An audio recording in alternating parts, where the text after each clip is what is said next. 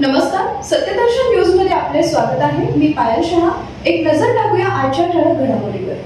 Cockroach जनता पार्टीची क्या बोलती है पब्लिक मोहीम.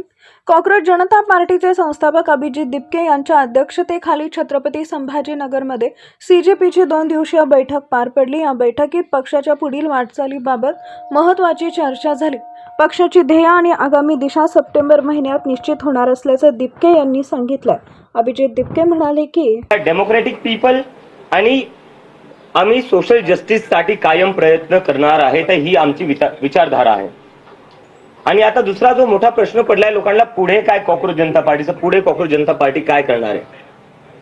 तर त्यावर आम्ही जे मागच्या 2 दिवसात चर्चा केली, त्याच्यानंतर आम्ही असं ठरवलं की येणाऱ्या सप्टेंबर महिन्यात कॉकरोच जनता पार्टी एक नेशन वाईड कॅम्पेन करेल. त्या कॅम्पेनचं नाव असणार आहे क्या बोलती पब्लिक.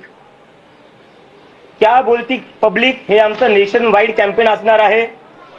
या कॅम्पेन मधून आम्ही देशभरात दौरा करणार आहे. आम्ही लोकांकडून समजून घेणार आहे त्यांच्या समस्या काय आहे, त्यांच्या अपेक्षा काय आहे.